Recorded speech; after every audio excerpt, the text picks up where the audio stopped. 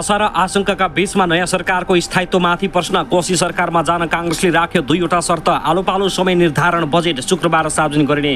मौद्रिक नीतिको हिसाब किताब यस्तो। मन्त्री केपी शर्मा ओलीलाई 2/3 मिसन 2084 को लक्ष्य र अहिले काँधमा आएको जिम्मेवारीले कतिको सफल होला त नेकपा एमालेको 2081 नयाँ सरकारको स्थायित्वमा नागरिकको आशंका। बलियो सरकार र कमजोर प्रतिपक्षमा परेर घाइते भएका पाइलटको अवस्था खतराबाट बाहिर। सौर्य एयरलाइन्सको जहाज दुर्घटना आजपाद्वारा दोषीलाई कारबाहीको सरकारसँग माग। सौर्यको जहाज दुर्घटना रहस्यमय। नेकपा एकीकृत समाजवादी भित्र भाँड भैलो। झलनाथ खनाल, प्रेम आले, रामकुमारी झाँक्री लगायतका नेताहरू एमालेमा फर्किन थाल्दै एकीकृत समाजवादीको केन्द्रीय कमिटी बैठक सुरु। माधव कुमार नेपाल आक्रोशित। काङ्ग्रेस एमाले धर्मनिरपेक्षता खारेज गर्न चाहन्छन्। यस्ता छन् भित्रभित्रैका एजेन्डा। सोसल मिडियामा बहकिएको बहस। पूर्ववर्ती सरकारको अकर्मण्यता, ओलीमाथि जहाज दुर्घटनाको दोष।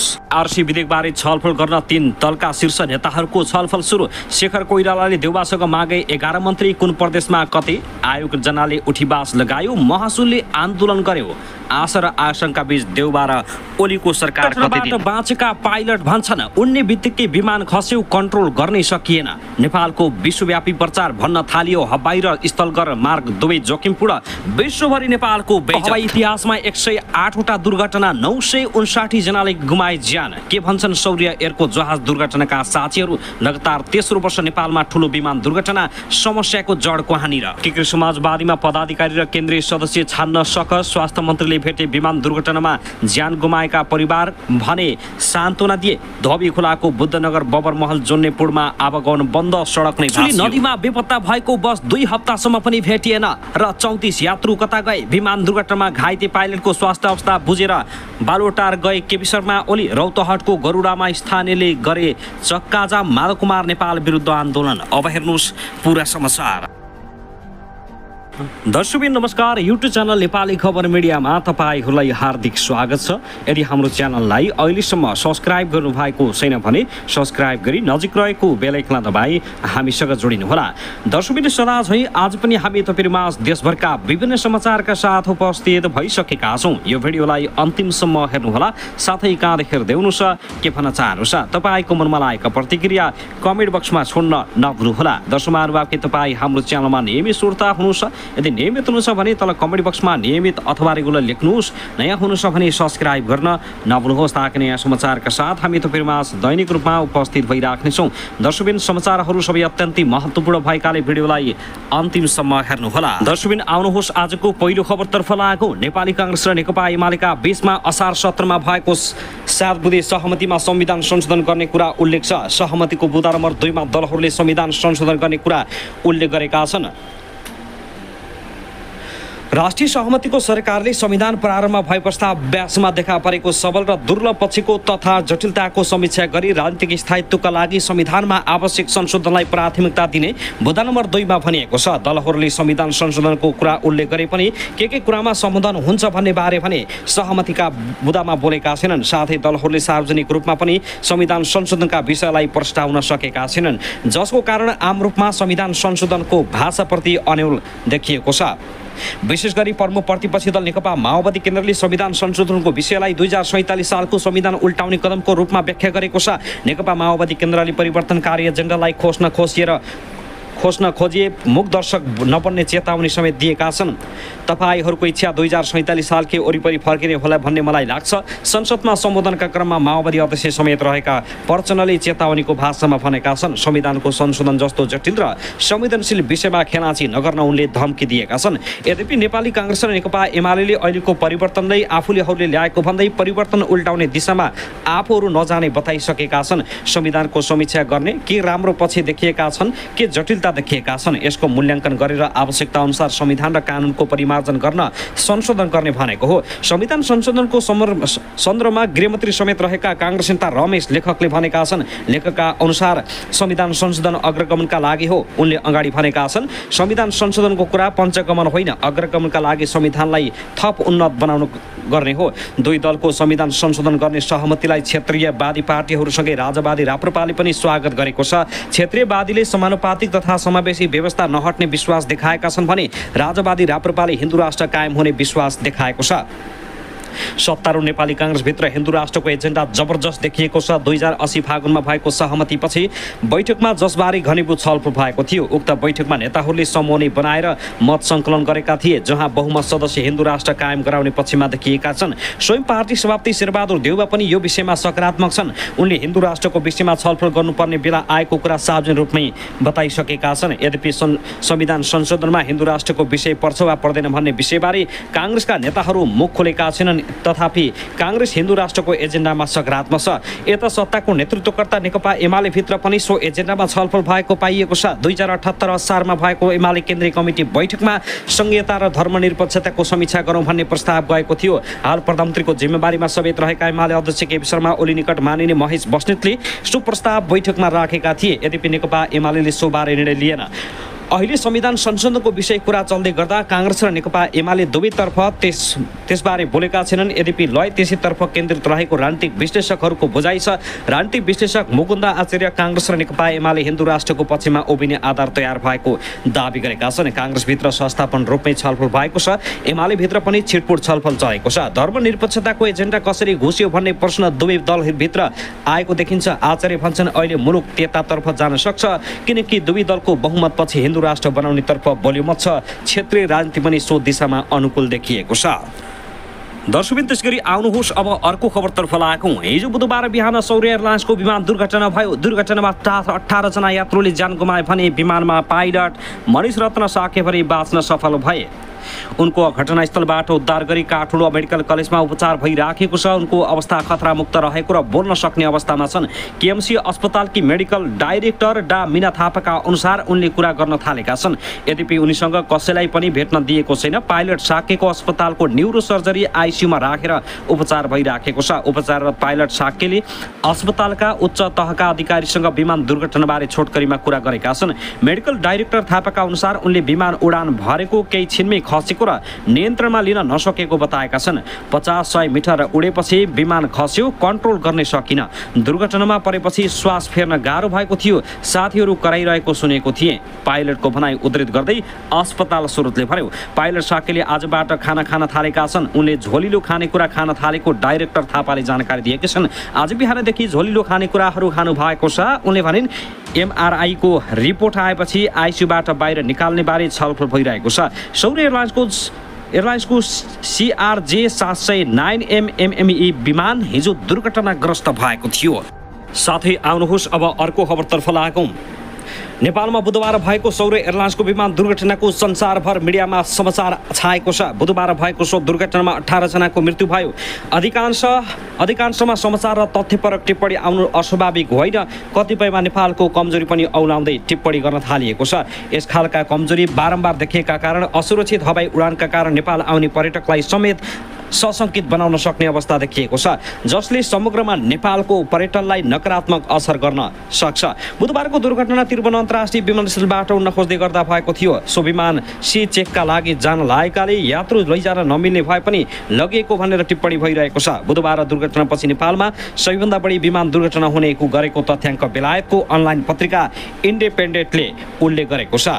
उसले बुधबार सौर्य एयरलाइन्सको विमान दुर्घटनाको चर्चा गर्दै समेत सन् 2010 यताको 14 वर्षमा 14वटा दुर्घटना भएको जनाएको छ। यति धेरै दुर्घटना सो अवधिमा अन्यत्र नभएको जनाएको छ। बुधबारको दुर्घटनामा 18 जनाको मृत्यु भयो। यसअघि गत वर्ष यति एयरलाइन्सको विमान काठमाडौँबाट पोखरा जाने क्रममा पोखरामा 72 यात्रुसहित दुर्घटना भएको थियो। 14 वर्षको श्रृङ्खला अगस्त 2010बाट सुरु भएको जनाउँदै सो पत्रिकाले 2010मा अग्नि एयरको विमान काठमाडौँबाट लुक्ला उड्दा 14 जनाको मृत्यु भएको थियो। सोही वर्षको डिसेम्बरमा तारा एयरको ट्विट अनर विमान दुर्घटना हुँदा 22 यात्रुको मृत्यु भयो। सेप्टेम्बर 2011मा बुद्ध एयरको चेक बेचक्राफ्ट दुर्घटना हुँदा 19 जनाको मृत्यु भएको सो पत्रिकाले लेखेको छ। त्यसको एक वर्षपछि सीता एयरको डोर्नियर विमान दुर्घटना हुँदा 7 जना बेलायती नागरिक सहित 19 जनाको ज्यान गएको थियो। नेपालको चुनौतीपूर्ण भूभाग र मौसमको कारण चालक र इन्जिनियर उच्च मापदण्डको हुनुपर्ने बारम्बार त्यस्तो नहुने गरेको त्यसमा जनाइएको छ। नेपालका एयरलाइन्सहरू पुरानो तथा आवश्यक मर्मत सम्भार नगरिएका कारण यस्ता दुर्घटनाहरू बारम्बार भइरहेको बताएको छ। सौर्य एयरलाइन्सको विमान पनि 20 वर्ष पुरानो भएको, नेपालमा पर्याप्त अन्तर्राष्ट्रिय मान्यता अनुसार तालिम पनि नभएको त्यसमा जनाइएको छ। सबै नेपाली एयरलाइन्सको सुरक्षा कमजोरीका कारण युरोपेली सङ्घद्वारा प्रतिबन्धित भएको समाचारमा उल्लेख गरिएको छ। त्यसमा अन्तर्राष्ट्रिय नागरिक उडान प्राधिकरण र संयुक्त राष्ट्र सङ्घले पनि यात्रु र क्रू मेम्बरले पालना गर्नुपर्ने मापदण्ड जारी गरेको जनाउँदै नेपालमा यात्रा गर्ने यात्रुले उडानमा जोखिम मोल्नुपर्ने अवस्था रहेको र नेपालको सडक पनि बेलायतको तुलनामा दुर्घटना दर 6 गुणा बढी भएको इन्टरपेन्डेन्टले जनाएको छ भने विश्वभरि नेपालको बेइज्जत नै भएको छ। दर्शकवृन्द, त्यसगरी आउनुहोस् अब अर्को खबरतर्फ लागौँ। संसदका दुई ठूला दल नेपाली कांग्रेस र नेकपा एमाले बीचको गठबन्धनबाट बनेको नयाँ सरकारको स्थायित्वबारे नागरिकले आशंका व्यक्त गर्न थालेका छन्। लामो समयदेखि प्रतिद्वन्द्वीका रूपमा परिचित यी ठूला दलबीचको अप्रत्याशित मिलनबाट बनेको सरकारको स्थायित्वबारे आम नागरिकमा आशंका देखिएको छ। कांग्रेस र एमालेले असार 17 गते राति सत्ता साझेदारीका रूपमा सहमति गरेसँगै नयाँ समीकरण बनेको थियो, जसप्रति आम नागरिक, व्यवसायी, राजनीतिकर्मी, शिक्षक, प्राध्यापकमा केही आशा पलाए पनि केहीमा भने आशंका छ। कतिपय सरकारमा स्थायित्व कायम हुने र त्यसको परिणाम फलदायी हुनेमा विश्वस्त छन् भने कतिपयले यो गठबन्धनलाई अवसरवादी र अस्थिर भएको टिप्पणी गरेका छन्। विगतमा दुई कम्युनिस्ट पार्टी एक भई सरकारको नेतृत्व गर्दा समेत अपेक्षाकृत विकास नभएका कारण अहिले फरक विचारधारा भएका पार्टीहरू बीचको गठबन्धनबाट खासै अपेक्षा नरहेको आम नागरिकले गुनासो गर्न थालेका छन्। मुलुकमा हरेक 4 देखि 6 महिनामा सत्ता समीकरण परिवर्तन हुँदै राजनीतिक स्थिरता रहेको छ। राजनीतिक स्थायित्वका लागि दुई फरक विचारधारा बोकेका दलहरू एक हुनुपर्ने अवस्था आएको भन्दै कांग्रेस र एमालेले सत्ता सहकार्य गरेपछि एमाले अध्यक्ष केपी शर्मा ओली प्रधानमन्त्री बनेका छन्। अघिल्ला सरकारबाट उद्योगी व्यवसायीहरूलाई काम गर्ने वातावरण नबनेका कारण नवगठित सरकारले नीतिगत हिसाबले काम गर्ने वातावरण सिर्जना गर्नुपर्ने व्यवसायको भनाइ छ। सरकार बनाउने र भत्काउने भन्दा पनि नवगठित सरकारले आम नागरिकको जीवनस्तर उकास्न लागि पर्नुपर्ने राजनीतिकर्मीको सुझाव छ। जनताको जीवनस्तर उकास्ने विषय भाषण भन्दा मात्र सीमित बनाउनतिर नलाग्न र जनताले पत्याउने गरी काम गर्नुपर्ने नेकपा एकीकृत समाजवादीका युवा नेता बसिम आलमले बताएका छन्। दोस्रो संसदीय निर्वाचनपछि बन्दै गएको सरकार मध्ये यो चौथो गठबन्धन हो। यससँगै राजनीतिक दलहरूले सत्ताका लागि हानथाप गर्दा आम जनताले स्थायित्व सरकार पाउन सकेका थिएनन् र अब दुई ठूला दलहरूले सत्ताको बागडोर सम्हाल्दा केही आशा र केही आशंकाको महसुस गरेको बताइएको छ। दर्शकबिन, आउनुहोस् अब अर्को खबरतर्फ लागौँ। संक्रमणकालीन न्यायलाई सम्बोधन गर्न संसदमा विचाराधीन सत्य निरूपण तथा मेलमिलाप आयोग र बेपत्ता पारिएका व्यक्तिको छानबिन आयोग सम्बन्धी विधेयकमा दलहरूबीच बाल सेनाको मामिलालाई ऐनमा कसरी उल्लेख गर्ने र मेलमिलापका घटनामा पीडितको स्वतन्त्र सहमति नभए के गर्ने भन्ने बारे छलफल सुरु भएको छ। कांग्रेस, एमाले र माओवादी शीर्ष नेता सम्मिलित बैठकले 3 साता अघि गठन गरेको कार्यदलका सदस्यहरू रमेश लेखक, महेश बर्तुला र जनार्दन शर्मा बीच बुधबार यी दुई विषयमा छलफल भए पनि सहमति जुट्न सकेन। मन्त्री परिषद बैठक भएकाले 1.5 घण्टा भन्दा बढी समय हामी बस्न सकेनौं। बर्तुलाले भने विधेयकमा सहमति हुन बाँकी यो दुई मुद्दालाई अब शुक्रबारको बैठकमा टुङ्गाउने योजनामा छौं। द्वन्द्वका बेला माओवादीले प्रयोग गरेका बालसेनाको मामिला अन्तर्राष्ट्रिय मानवाधिकार कानूनको उल्लङ्घनसँग सम्बन्धित भएकाले यसलाई माओवादीले 2071 मा जारी संक्रमणकालीन न्याय सम्बन्धी विधेयकमा उल्लेख गर्न दिएको थिएन। तर बाल सेना भर्तीको घटनालाई ऐनमा छुटाउन नमिल्ने दबाव पूर्व बाल सैनिकहरूले दिएपछि प्रस्तावित संशोधन विधेयकमा यसलाई सम्बोधन गर्ने प्रतिबद्धता दलहरू लागि परेका छन्। संविधान र कानून कतै पनि बाल सेनाका बारेमा हालसम्म केही पनि उल्लेख नभएकाले अब त्यसलाई कसरी राख्ने भन्ने बारे छलफल भयो, तर निष्कर्ष भने निस्केन। बर्तुलाले भने यसलाई कसरी अगाडि बढाउने भन्ने बारे शुक्रबारको छलफलमा आउनु अघि गृह कार्य गर्ने भनेका छौं। हतियार बिसाएर माओवादी लडाकु क्यान्टोनमेन्टमा बसेर प्रमाणीकरण प्रक्रियामा गुज्रिँदा त्यहाँ बाल सैनिकहरू ठूलो मात्रामा भएको राष्ट्रसङ्घको अनुगमनबाट खुलेको थियो। अनमिनद्वारा सञ्चालित सेना समायोजनको प्रमाणीकरण प्रक्रियामा 2973 जना नाबालिग भएकाले अयोग्य प्रमाणित भएका थिए। स्वैच्छिक अवकाश लिने लडाकुलाई सरकारले 5 देखि 8 लाख रुपियाँसम्म प्रदान गरेको थियो, तर अयोग्य प्रमाणित भएकाले त्यस्तो रकम पाएनन्। आफूहरूलाई हतियार बोकाएर अन्तर्राष्ट्रिय मानवाधिकार कानूनको उल्लङ्घन भएको भन्दै पूर्व बाल सैनिक लेनिन विष्ट लगायतले सर्वोच्च अदालतमा माओवादी अध्यक्ष पुष्पकमल दाहाल र तत्कालीन जनसरकारका अध्यक्ष डाबाब्रह्म भट्टराई विरुद्ध दायर गरेको रिट विचाराधीन नै छ। त्यस्तै मेलमिलाप हुन सक्ने द्वन्द्वकालीन मुद्दामा पीडितको स्वतन्त्र सहमति चाहिने गरी ऐन संशोधन गर्नुपर्ने सर्वोच्च अदालतको फैसला अनुसार तयार पारिएको संशोधन मस्यौदाको प्रावधानमा पनि माओवादी पक्षले स्वतन्त्र सहमतिलाई अनिवार्य रूपले राख्न नहुने तर्क गर्दै आएका छन्। पीडितको स्वतन्त्र सहमति अनिवार्य चाहिन्छ भनेर लेख्दा सबै मुद्दामा पीडितहरू अदालतै जाने र मेलमिलापको वातावरण नहुने देखियो। बर्तुला भन्छन् त्यसो हुन नदिन विधेयकमा के लेख्ने भन्ने बारे हामी अध्ययन गरेर अर्को बैठकमा निर्णय लिनेछौँ। कार्यदलको मङ्गलबार बसेको बैठकले गम्भीर मानवाधिकार उल्लङ्घनको परिभाषा र त्यसमा दोषी ठहर देखेकालाई कति सजाय गर्ने भन्ने सहमति कायम गरेको बताएका छन्। बैठकले सशस्त्र द्वन्द्वकालीन गम्भीर मानव अधिकार उल्लङ्घनका मुद्दामा तोकिएको सजाय 75% कटौती गर्ने कानुनी व्यवस्था मिलाउने सहमति गरेको छ। तर मानवाधिकारवादीले कोही व्यक्तिका लागि कम सजाय दिलाउनु अपराधको गम्भीरताको आधारमा सजाय गर्नुपर्छ भन्ने मानवाधिकारको अन्तर्राष्ट्रिय सिद्धान्त र विधिको शासन विपरीत हुने भन्दै सहमतिको विरोध गरेका छन्। दर्शकवृन्द, त्यसगरी आउनुहोस् अब अर्को खबरतर्फ लागेको। नेपालमा पछिल्लो 5 वर्षमा भएको चौथो घातक मल्टी इन्जिन विमान दुर्घटनाले एकपटक पुनः देशको हवाई सुरक्षाबारे प्रश्न उठाइदिएको छ। स्थिर मौसमका बीच काठमाडौँ विमानस्थलमै सौर्य एयरलाइन्सको विमान दुर्घटना हुनुलाई जानकारहरूले निकै नै अस्वाभाविक मानेका छन्। सामान्य अवस्थामै रहेको भनिएको जहाज कैयौँको ज्यान जाने गरी दुर्घटनामा परेपछि कतिपय विज्ञहरूले नेपालको उड्यान संरचनाकै समीक्षा आवश्यक रहेको टिप्पणी गरेका छन्। उनीहरूकै प्राविधिक एवं इन्जिनियरहरू बसेर उडेको विमान दुर्घटना भयो, पक्कै पनि उनीहरू विश्वस्त भएर उडेका थिए होलान्। नेपाल वायुसेवा निगमका एकजना सेवानिवृत्त क्याप्टेन वाइके भट्टराईले भने, सी चेक भनिएकाले विमान बिग्रेर बनाउन लैजान खोजिएको भन्न मिल्दैन। यो नियमित जाँचका लागि उनीहरूको ह्याङ्गर भएको पोखरा विमानस्थल लग्न खोजिएको भन्ने थियो। त्यसैले जहाज राम्रो अवस्थामा हुँदाहुँदै उडाएको देखिन्छ। त्यसैले पनि यो दुर्घटना अचम्म लाग्दो मान्नुपर्छ। हवाई उडान सम्बन्धी विज्ञ कुमार चालिसे विमान बुढो हुँदैन भन्ने मान्यता अनुसार उड्यान सुरक्षा सुनिश्चित हुने अन्तर्राष्ट्रिय अभ्यास भए पनि त्यसलाई मर्मत सम्भार क्षमतासँग जोडेर हेर्नुपर्ने हुन्छ कि हाम्रो प्राविधिक क्षमता त्यस अनुसारको छ। कैयौँ विमान सेवाहरूलाई उनीहरूको ह्याङ्गर समेत नहुँदा ठुलो क्षमतामा सञ्चालनको अनुमति लिन दिइन्छ। सेवानिवृत्त फ्लाइट इन्जिनियर चालिसेले भन्छन्, नागरिक उडान प्राधिकरणले यस विषयलाई गम्भीरतापूर्वक लिएको छैन। यहाँ अर्को विमान सेवाको ह्याङ्गर देखाएर समेत उडान अनुमति दिएको छ। पछिल्ला 3 वर्षमा नेपालमा यात्रुवाहक विमान दुर्घटनाका 3 ठुला घटना भएका छन्।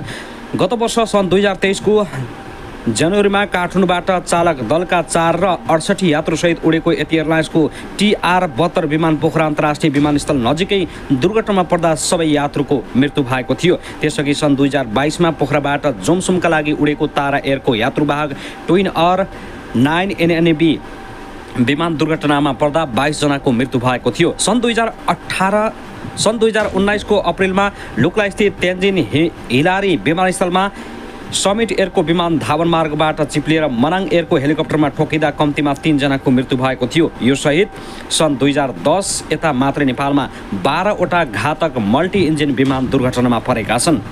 हेलिकप्टर दुर्घटनाको श्रृङ्खला समेत योभन्दा फरक छैन। सन् 2010 यताकै विवरणमा 10 वटा घातक हेलिकप्टर दुर्घटना भएका छन्। कहीँ न कहीँबाट मानवीय त्रुटि नभइकन यस्ता दुर्घटना हुँदैनन्। सबै जस्तो दुःखद घटनाका कारण मानवीय त्रुटि नै हुन्छन्। त्यसको समीक्षा गर्दै पाठ सिक्नुपर्ने हो। सेवानिवृत्त क्याप्टेन वाइके भट्टराई भन्छन्, भूगोलको समस्या भन्नलाई विमानस्थलमै दुर्घटना भएको छ। मौसम ठिक छ, धावन मार्गमा अन्य कुनै समस्या छैन। त्यसैले नियमनकारी निकाय र जाँचका लागि जिम्मेवारहरूका चुक पनि यसमा केलाउनै पर्छ। दर्शक महानुभाव, त्यसरी नेकपा माओवादी केन्द्रका अध्यक्ष पुष्पकमल दाहाल प्रचण्डले सौर्य एयरलाइन्सको जहाज दुर्घटनामा घटनाको छानबिनका लागि सरकारसँग माग गरेका छन्। 18 जनाको मृत्यु हुने गरी भएको दुर्घटनाले राष्ट्रलाई गम्भीर क्षति पुगेको उनको भनाइ छ। उनी भनेका छन्, यस दुर्घटनाबाट राष्ट्रलाई गम्भीर क्षति पुगेको छ। देशले दक्ष प्राविधिकहरू गुमाएको छ। दुर्घटनाको व्यवस्थित उद्धार, घाइतेको प्रभावकारी उपचार र घटनाको छानबिनका लागि नेपाल सरकारको गम्भीर ध्यान आकर्षण गराउँदै धैर्य धारणका निम्ति सम्पूर्णमा हार्दिक अपील गर्दछु प्रचण्डले भने। उनले पार्टीको तर्फबाट मृतकहरूप्रति भावपूर्ण श्रद्धाञ्जली व्यक्त गर्दै घाइते पाइलटको शीघ्र स्वास्थ्य लाभको कामना समेत गरेका छन्। साथै यता भने सौर्य एयरलाइन्सको विमान दुर्घटनामा घाइते भएका क्याप्टेन मनिष रत्न साक्य खतरामुक्त रहेका छन्। सिनामङ्गल स्थित KMC अस्पतालको आइसीमा उपचाररत क्याप्टेन साक्य खतरामुक्त रहेको प्रधानमन्त्री केपी शर्मा ओलीले जानकारी दिएका हुन्। ओलीले बुधबार बेलुका क्याप्टेन साक्य र उनका परिवारलाई अस्पतालमै पुगेर भेटेका थिए। अस्पतालबाट फर्किएपछि ओलीले सामाजिक सञ्जालमा लेखेका छन्, उहाँलाई आइसीयूमा उपचार गरिएको छ। चिकित्सक र परिवारजनसँग उहाँको अवस्थाबारे जानकारी लिए। उहाँ खतरामुक्त हुनुहुन्छ। प्रधानमन्त्री ओलीले अब यस्तो कहिले नहोस् भन्नेमा कामना गरेका छन्। बुधबार सौर्य एयरको जहाज त्रिभुवन अन्तर्राष्ट्रिय विमानस्थलमा दुर्घटना हुँदा 18 जनाको ठाउँ मृत्यु भएको थियो। विमान चालक साक्य भने बाँच्न सफल भएका हुन्। दर्शकबिन त्यसगरी आउनुहोस् अब अर्को खबरतर्फ लागौँ। प्रधानमन्त्री केपी शर्मा ओलीले सौर्य एयरलाइन्सको जहाज दुर्घटनाप्रति दुःख व्यक्त गरेका छन्। आज बुधबार सामाजिक सञ्जाल फेसबुकमा लेख्दै उनले उक्त दुर्घटनाप्रति धैर्य रहन अनुरोध गर्दै दुःख व्यक्त गरेका हुन्। उनले लेखेका छन्, नियमित प्राविधिक परीक्षणका लागि पोखरा उड्न लाग्दा सौर्य एयरलाइन्सको जहाज दुर्घटनामा 18 जना प्राविधिक र क्रू मेम्बरको निधनले अत्यन्तै दुःख लागेको छ। नागरिक उडान प्राधिकरणका अधिकारीलाई भेटेर यसको कारण बुझ्न घटनास्थल आइपुगेको छु। अहिले विमानस्थल सञ्चालनमा आइसकेको छु। यो दुःखद घडीमा सबैलाई धैर्य रहन अनुरोध गर्दछु। सौर्य एयरको विमान दुर्घटनाबारे जानकारी लिन प्रधानमन्त्री केपी शर्मा ओली दुर्घटनास्थल पुगेका थिए। मर्मतका लागि पोखरातर्फ जाँदै गरेको विमान बुधबार बिहान 11:11 त्रिभुवन अन्तर्राष्ट्रिय विमानस्थलमै दुर्घटनामा परेको थियो। विमानमा चालक दलका 2 सदस्य सहित 19 जना सवार थिए। क्याप्टेन MR साक्यको जीवित उद्धार गरे पनि 18 जनाको भने मृत्यु भएको थियो। दर्शकबिन त्यसगरी आउनुहोस् अब अर्को खबरतर्फ लागौँ। त्रिभुवन अन्तर्राष्ट्रिय विमानस्थलमा बुधबार सौर्य एयरलाइन्सको विमानको दुर्घटना हुँदा 18 जनाले ज्यान गुमाएका छन्। ज्यान गुमाउनेमा 17 जना नेपाली र एक विदेशी नागरिक रहेको नेपाल उड्डयन प्राधिकरणले जानकारी दिएको छ। विदेशी नागरिक यमनका हुन्। काठमाडौँबाट पोखराका लागि उडेको विमान उड्ने बित्तिकै दायाँतिर पल्टिँदा धाउर मार्गको पूर्वतर्फ दुर्घटनामा परेको हो। चालक दल सहित 19 जना सवार विमानका क्याप्टेन मनिष रत्न साकेको उद्धारपछि उपचार भइराखेको छ। अन्य 18 जनाको मृत्यु भइसकेको प्राधिकरणले जनाएको छ। ज्यान गुमाइमा अमृतमान महर्जन, सागर आचार्य, दिलीप वर्मा, मनुराज शर्मा, आसिन निरुला, सुदिल पाल जोशी, सर्वेश मरासनी, श्याम बिन्दुकर, नवराज आले, राजाराम आचार्य, पिर्जा खतिवडा, अधिकराज शर्मा, उद्धव पुरी, यज्ञप्रसाद पौडेल, सन्तोष महतो, पुण्यरत्न शाही, यमनका नागरिक आरिफ रेदा र को पाइलट सुशान्त कटवाल मृत्यु भएको छ। साथै उक्त एयरलाइन्सको विमान गलत दिशातर्फ मोडिँदा दुर्घटना भएको प्रारम्भिक अनुसन्धानबाट खुल्न आएको छ। त्रिभुवन अन्तर्राष्ट्रिय विमानस्थलबाट बुधबार बिहान पोखराका लागि उडेको सौर्य एयरलाइन्सको CRO-7 जहाज गलत दिशातर्फ मोडिँदा दुर्घटना भएको नेपाल नागरिक उडान प्राधिकरणले जनाएको हो। दुर्घटनामा 18 जनाको ज्यान गयो भने पाइलट जीवित छन्। विमान उड्ने बित्तिकै दाहिनेतिर मोडिन गई दुर्घटना भएको प्राधिकरणको विज्ञप्तिमा जनाइएको छ। विमानस्थलका प्रमुख जगन्नाथ निरुलाले देब्रे दिशामा मोडिनुपर्नेमा दायाँतर्फ मोडिँदा जहाज दुर्घटना भएको बताए। उनले भने दुर्घटनाबारे थप विवरण अनुसन्धान पुरा भइसकेपछि खुल्नेछ। विमानस्थलबाट बिहान पोखराका लागि उडान भरेको 1 मिनेटभित्र विमान दुर्घटना भएको थियो। दुर्घटनामा पाइलट मनिष साकेलाई जीवित उद्धार गरिएको छ। उनको सिनामङ्गल स्थित काठमाडौँ मेडिकल कलेज KMCमा उपचार भइराखेको छ। जहाजमा सबैजना सौर्य एयरलाइन्सका कर्मचारी रहेको बताइएको छ। जहाजमा 18 जना नेपाली र 1 जना यमनका नागरिक थिए। जहाज दुर्घटनामा परि 15 जनाको घटनास्थलमा र 3 जनाको उपचारका क्रममा त्रिवी शिक्षण अस्पतालमा मृत्यु भएको हो।